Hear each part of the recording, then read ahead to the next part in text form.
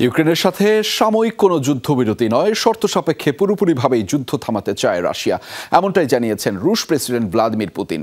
ভাষ্য, সাময়িক বিরতিতে গেলে নিজেদের আরও সুসংহত করে মস্কোর উপর চড়াও হতে পারে কিয়েভ। তাই কোনো বিরতি নয়, একেবারেই যুদ্ধ বন্ধ করতে চায় পুতিন প্রশাসন। রাজনৈতিক স্বার্থে যুদ্ধ দীর্ঘায়িত করতে চায় জেলেনস্কি, এমন অভিযোগও তোলেন তিনি। সিলন ফ্যামিলি ব্লেন্ডের কড়া লিকার আর সতেজ স্বাদের পারফেক্ট ব্লেন্ডে স্বপ্নেরা মেলুক টানা। উত্তপ্ত রণক্ষেত্র। রাশিয়ার হামলায় ইউক্রেনের উত্তর পূর্বাঞ্চলীয় ফ্রন্ট এখন অগ্নিগর্ভ। আবারও হামলার টার্গেট সীমান্তবর্তী সামি এলাকার বিদ্যুৎ কেন্দ্র। বিদ্যুৎ বিচ্ছিন্ন হয়ে পড়েছে বেশ কয়েকটি এলাকা। অন্ধকারে সেখানকার লাখ খানেক বাসিন্দা। শুধু বিদ্যুৎ কেন্দ্রই নয়, গেল এক সপ্তাহে রাশিয়ার হামলায় বিধ্বস্ত হয়েছে ইউক্রেনের বেশ কয়েকটি অস্ত্রঘাঁটি, তেলের ডিপো ও বহু সমরযান। নতুন করে খার্কিভের আরও একটি এলাকার দখল নেয়ারও দাবি করেছে রাশিয়া। শক্ত প্রতিরোধ আর পাল্টা আক্রমণের দাবি করছে ইউক্রেনও।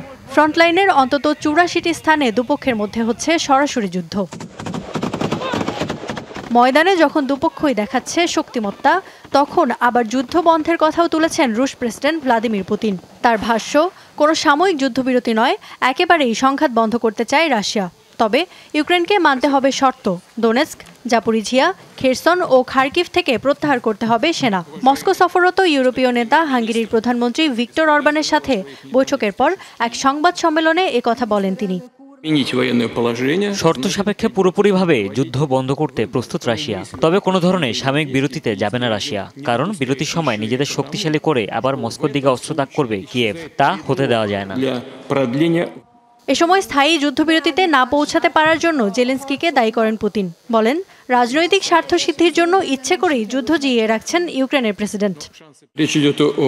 নিজের রাজনৈতিক স্বার্থ সিদ্ধির জন্যই এখন যুদ্ধবিরতি চায় না জেলেনস্কি। যুদ্ধ বন্ধ হলেই ইউক্রেন নির্বাচন হবে, আর তাতে নিজের জয়ের সম্ভাবনা খুবই কম।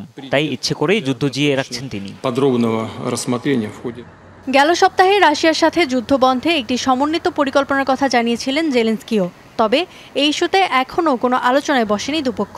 মুখে সংঘাত থামানোর কথা বললেও সম্ভাব্য কোনো শান্তি চুক্তি থেকে দেশ দুটি এখন অনেক দূরে, এমনটাই বলছেন অনেকে। ইফাদার খন্দকার, যমুনা নিউজ।